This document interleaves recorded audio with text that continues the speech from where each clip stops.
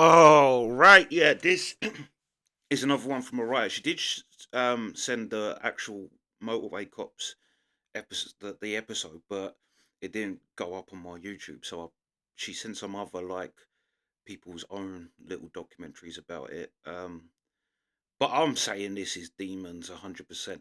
Basically, these two, although the police handled it terribly, I thought we'll see. I guess they'll show it.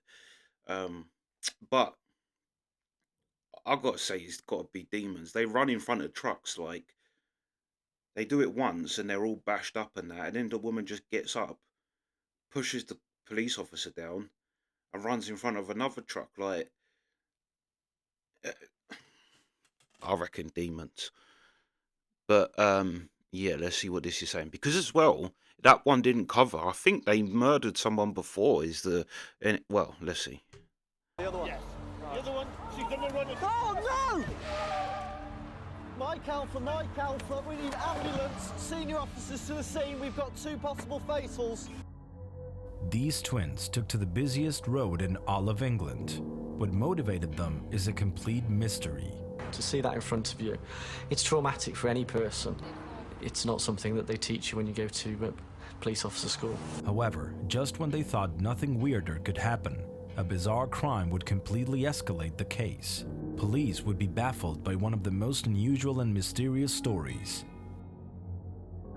How did the chaos start on the highway? Who are these reckless women? And what is the crime they are about to commit? This is what I didn't understand from the thing. They were seen on CCTV walking up the side, and then they were seen jumping in front of a road, and then the police turned up and had them there. At this point, I don't understand why the police didn't handcuff them and put them in the back of the car. But like, there's like 3 police standing here off camera, and that one police officer is standing with them two after they've just seen them on CCTV run in front of traffic already. I couldn't work out why the police why wouldn't you just handcuff them and put them in the back of the thing for their own? The whole thing is crazy. This is the story of the psychotic twins, Ursula and Sabina Eriksson. The sisters were captured by highway security cameras where we see a strange movement. Sabina enters the highway and is hit by a car, causing a traffic jam that endangered dozens of people. The drivers themselves called the police and the highway patrol, who arrived with television cameras because they were filming for the show Traffic Cops. When the patrol arrived, the women were calmly standing on the side of the road with only minor injuries. It looked like everything was under control, with the sisters calmly smoking a cigarette and chatting with the officers. But suddenly and without warning, Ursula ran towards the cars again and was rammed by an 88 184-pound truck. Amidst the commotion and with the officers calling for help, he went behind Sabina her. also rushes onto the road, and a speeding car rammed her through the air, hitting her head-on with the windshield, causing the woman to lose consciousness. Both twins now lay on the asphalt of the busiest freeway in England. Ursula's legs were crushed, but miraculously she was conscious. I recognize you. I know you're not real. Shh. Hit your head. Calm down. We are the police. We are the police. The woman was in a state of complete paranoia and was resisting help, even though her own life was in danger and she had a mortal wound. You're hurt. Calm down. Calm down. Calm down. You're hurt. Calm down. In the meantime, despite the violence of the attack, Sabina regained consciousness after 15 minutes, but woke up under an intense psychosis just like her sister. They're gonna steal your organs. It's okay, my love. It's all I'm right. trying to make sure you're okay. After struggling with the police officer, she attacked her, managed to free herself, and ran back into traffic, so she had to be sedated by paramedics. A superhuman force had possessed her, and it took 6 people to restrain her. Yeah, that's the thing. You can just say they're just nuts. But then to get hit literally by a truck, be all mangled up the road, and then just get up like nothing happened, and then run in front of traffic again. Like, demons. That's demons right there. The police! We are the police! So then we're thinking all sorts. Is she drunk? Is she on drugs? This was a first suspicion that could explain how they managed to get up again and again, in spite of having their bodies completely wrecked. However, this would be ruled out after the tests, so other theories began to be generated. Well, 136 if she is. Well, she needs to be for if nothing else, to get on the carriageway and for her own safety. A 136 is a clause in the Mental Health Act, which implies that detainees must be assessed for possible psychiatric disorder. The twins are taken separately to different hospitals and placed in police custody. Yeah, because I'm watching a Catholic priest saying that exorcisms are actually on the rise in America. But he's the person that they send out to go and see, like basically what Ed and Lorraine Warren were doing in the movies, where they go and see whether it can be explained any other way. And means on majority of cases they can. Majority of cases it is mental illness. It's like, but there is certain things of where you say, okay, there's something else here because mental illness doesn't cover it. He's like, one is abnormal strength. He's like, it doesn't have to be superhuman, but if you can, all of a sudden, a grandma who can barely walk can lift like a heavy weight above her head where she couldn't, that's unusual. Another one is they know things they shouldn't know. They know things that they shouldn't be able to know. And another thing is speaking another language. They're the common ones where a priest will say, he's like, but most other things, it is just the person's nuts. But just when you thought this story was already completely crazy, a series of subsequent events will make this case even more bizarre. We say always in Sweden that an accident rarely comes alone. Usually at least once more follows the This story is still far from over. The madness and mystery of these twins will unfortunately go too far. Are you ready to be the witness? It all began on May 16, 2008, when Ursula, who lived in the US, went to visit her twin Sabina in Ireland. After an alleged... I did notice a little American twang to when she said asshole or whatever she said, but literally just said, I'm watching a Catholic priest talking about exorcisms are on the rise in America and they come from America. Sabina had with her husband, the next morning, and for mysterious reasons, the sisters boarded a ferry to Liverpool, England. Then they took a bus to London, but late in the journey, the driver and passengers began to notice that the twins were behaving very strangely. They were particularly overprotective of their handbags and were constantly looking around in a paranoid manner. My main concern was that there was a bomb in the bag. So, the driver decided not to either let them continue the trip on the bus. It was at that moment that Ursula and Sabina made the decision to walk to London. They took the M6, the busiest Alright, that's crazy. I've never heard of that before. The bus driver just pulls up and goes, get out on the motorway. That is like way illegal. You can't do that. in England, in the dangerous maneuver that ended in the shocking accident we saw at the beginning. But who are these women? Little is known about the lives of twin Sabina and Ursula Eriksson. They were born in Sweden on November 3, 1967. They grew up in Sun in the Värmland region. Both had a normal and uneventful life until the fateful day when they decided to throw themselves onto the road. However, this would only be the beginning of a macabre story. After spending a night in custody for the incident on the road, Sabina was released and wanted to know about her sister's whereabouts. She began wandering the streets looking for a hotel when she encountered two men, Glenn Hollingshead and Peter Malloy, who were walking Glenn's dog.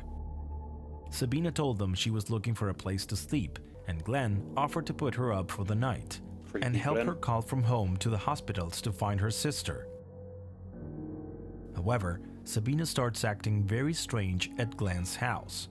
She seemed quite open and warm, but then in the quiet moments, she was getting quite paranoid. She was behaving as if someone was following her, suddenly getting up and constantly looking out the window. The paranoia was such that she would offer them both cigarettes, but when they put them in their mouth, she would take them away because she claimed they were poisoned. I'm responding a little bit unsettled by this. I'm looking at Glenn for reassurance, and he's like, it's all right, it's all right. When Glenn assured Peter that she was just a woman who needed help, Peter decided to go home, tired of Sabina's attitude, but he never imagined that this would be the last time he would see his friend. The next morning, Glenn started calling his brother to help him find Ursula, and Sabina was completely calm. Glenn went to ask his neighbor for some tea bags. Again, Glenn, what the hell are you thinking? Well, I reckon I could take a guess, but I ain't doing that for nobody. I ain't having no just random woman go, oh, look, I'll go, yeah, all right, hold on, wait here, I'll ring you the police or something.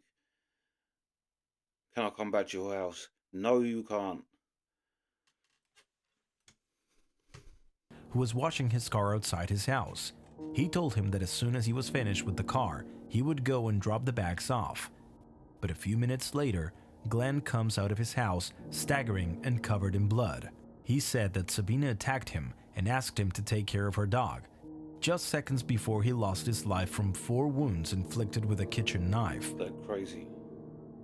The neighbor, completely bewildered, ran home to call the police, but Sabina quickly fled. The woman again wandered back onto a local road, and as she walked, she banged her head with a hammer she had taken from Glenn's house. That's when a man saw her from his car and stopped to help her.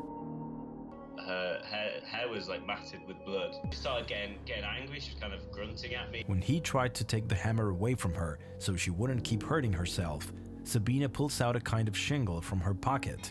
She hit me over the head, and then she ran to the overpass, and there's like a 40-foot. Sabina jumps onto the freeway again, fracturing her skull and ankles. Josh manages to call the police, and miraculously, once again, Sabina survived and was rushed to the hospital. Once she was released after months of recovery and taken into police custody, Sabina faced trial for ending Glenn Hollingsed's life. When she was questioned about everything that had happened, from her escape from Ireland, the abandonment of her children, the incident on the road to what happened to Glenn, Sabina had only one answer: no comment. She simply kept silent. When her medical records arrived from Sweden, authorities saw that she showed no history of any mental disorder or criminal activity. Sabina was a completely sane person and an exemplary citizen. Surprisingly, and with this information, the woman's defense attorney claimed that Sabina was a secondary victim of Ursula. According to the defense, her twin sister had passed on her insanity to her by a strange psychiatric syndrome called folie à deux, or madness of two, also called shared psychosis or shared delusional disorder. It manifests itself in hallucinations, paranoias, and delusions that make those who suffer from it live in an illusory reality that is shared or transmitted between people who are very close. Yeah, that is true what he's saying, but it also doesn't make you be able to get run over by a truck 3 times in a row.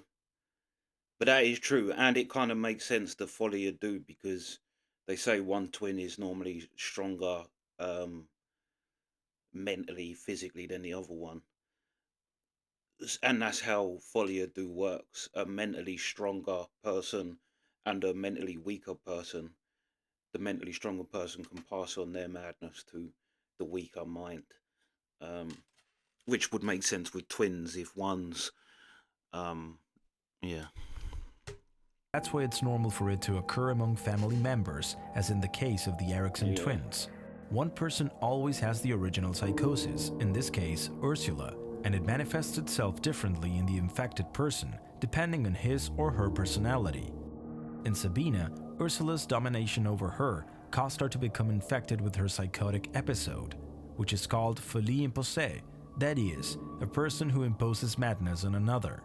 However, Sabina never mentioned Ursula or blamed her for his actions. She just refused to talk about it. The trouble is you don't have any data about Ursula, and so you've only got half a story, really.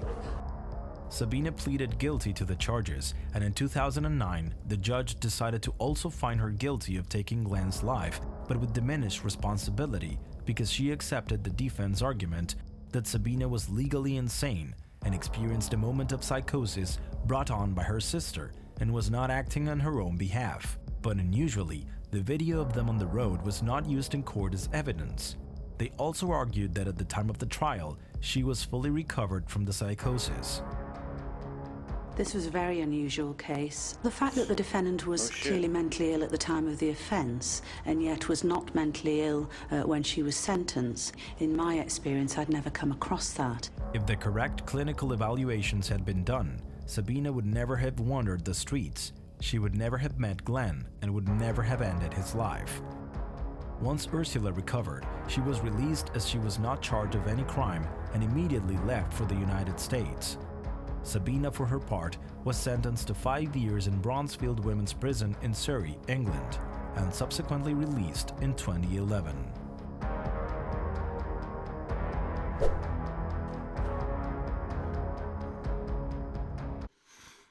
Yeah, there's some creepy shit all round. I heard a story. Mr. Ballon does a story of it, of um,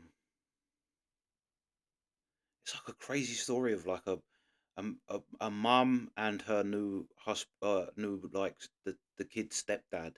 The stepdad he was the source of it and passed it on to their mother about that he was a mafia guy and was on the run, and the FBI.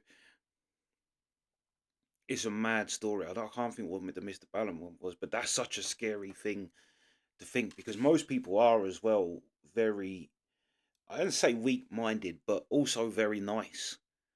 I think like too nice,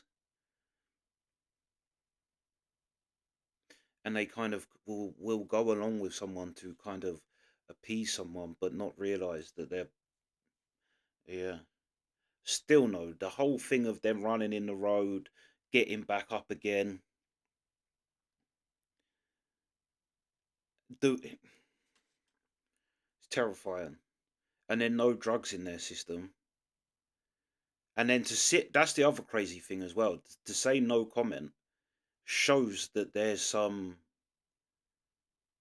understanding in there as well. Understanding of the situation that you're in, that you're not completely nuts, which crazy. But yeah, you see like where the MK Ultra and they come from America.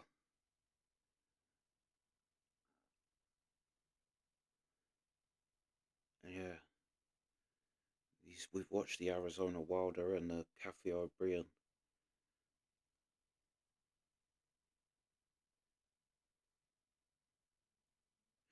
Terrifying.